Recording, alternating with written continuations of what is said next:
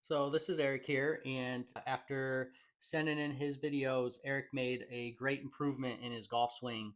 And so the original swing that he had sent me is here on the left. And one of the things that we really wanted to do was work on his sequencing. And so what would happen would be he would turn his hips open to begin the golf swing, and then his shoulders would rotate, and then his arms would finish the swing. And so as you see here, the hips are beginning to open up really quickly before the club even moves back, and then the shoulders would fully rotate open after the hips have stopped, and then the arms would continue up. And what this would do would create essentially just allow him to turn too much behind the ball. And there is a such thing as rotating too much.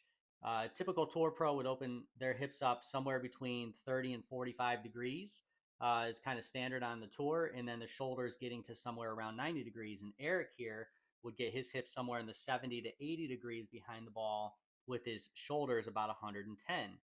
What this would do would make him work too hard for the downswing. And so when he'd get back to the ball, he'd have to rotate all 80 degrees into the hit with just his hips, and his shoulders would have to go that full 110 degrees just to get back square to the ball. And so at impact, what would happen would be everything was facing the golf ball. What we'd like to see in the golf swing is the hips open at impact, the shoulders a touch open as well. And this would actually create more of a powerful move for him, and also give him a lot more face control.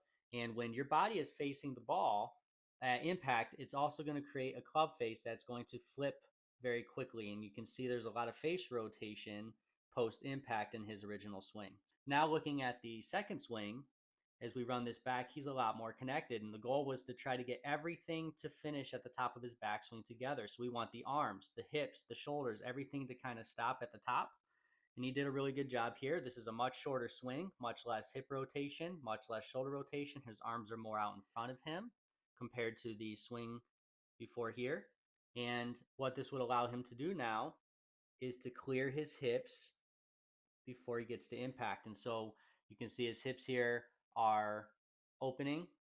His shoulders are a touch open at impact. And now his impact position is much better than it was prior before.